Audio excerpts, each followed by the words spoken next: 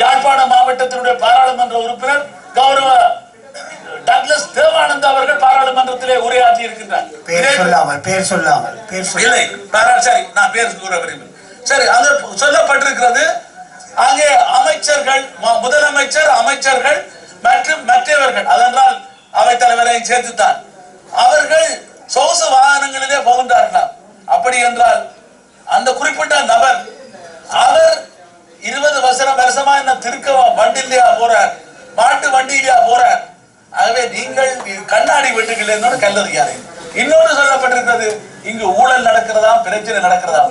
ஊழலை பற்றி கதைப்பதற்கு, உச்சரிப்பதற்கு உங்களுக்கு தகுதி இருக்கிறதா என்று கேட்க விரும்புகிறோம்.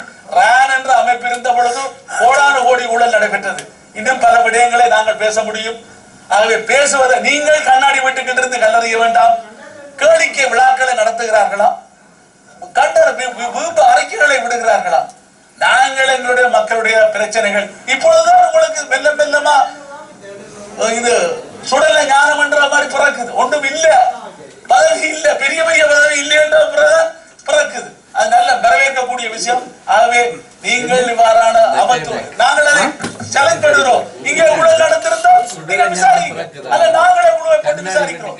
அவர் எங்களுடன் நேரடியாக வரட்டும், விவாதத்துக்கு வரட்டும். பகிரங்க விவாதம் தொலைக்காட்சியிலாக இருக்கட்டும், மக்கள் முன்னிலாக இருக்கட்டும், பகிரங்க விவாதத்துக்கு கடந்த காலங்களிலே அவர் ஆற்றிய செயல்களை பற்றியும் இன்றைய செயல்களை பற்றியும் பகிரங்க விவாதத்துக்கு நாங்கள் அழைப்பு விடுக்கின்றோம். ஆகவே தயவு செய்து எங்களுடைய நேரத்தை நாங்கள் இனிமேல் போய்கொண்டிருக்கின்ற காரணத்தால், இல்லை சந்தர்ப்பம் கிடைத்து திருப்பியும் திறந்தால் நாங்களும் திருப்பி பேசுவோம். ஆகவே இத்துடன் நிப்பாட்ட விரும்பினால் நிப்பாட்டுங்கள், நாங்கள் ஆயத்தமாக இருக்கின்றோம் கூறி விடைபெறுகின்றேன். நன்றி, வணக்கம். இந்த முன்னாள் போராளிகளுக்கு பணம் கொடுத்த போது அந்த பணத்தை தமிழ்நாட்டில் இருந்து 2 மாதங்களுக்கு 3 மாதங்களுக்கு ஒருவரை வந்து நேரடியாக பாதுகாப்பு செயலாளரை சந்தித்து அந்த பணத்தை அப்படியே சுருட்டிக்கொண்டு இந்தியாவுக்கு போய் அங்கு வசித்தவர் அவருடைய தலைவர். ஆஸ்பத்திரி வீதியிலே இருந்த அவருடைய கட்சி அலுவலகத்தில் வாங்கியவர்கள் கௌரவ உறுப்பினர்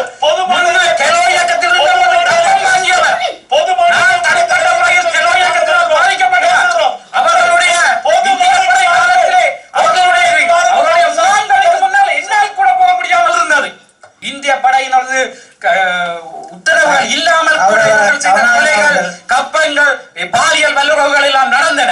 ஆனால் இவர்கள்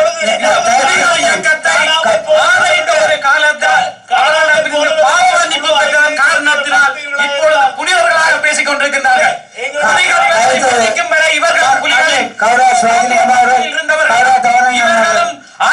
நடமாடியவர்கள் தான். இவர்களும் புலிகளுக்கு எதிராக ஆயுதங்களை அரசாங்கத்திடமிருந்து பெற்றுக் கொண்டவர்கள். இங்கு வந்து வெள்ளைக்காரர்கள் போல கைகள்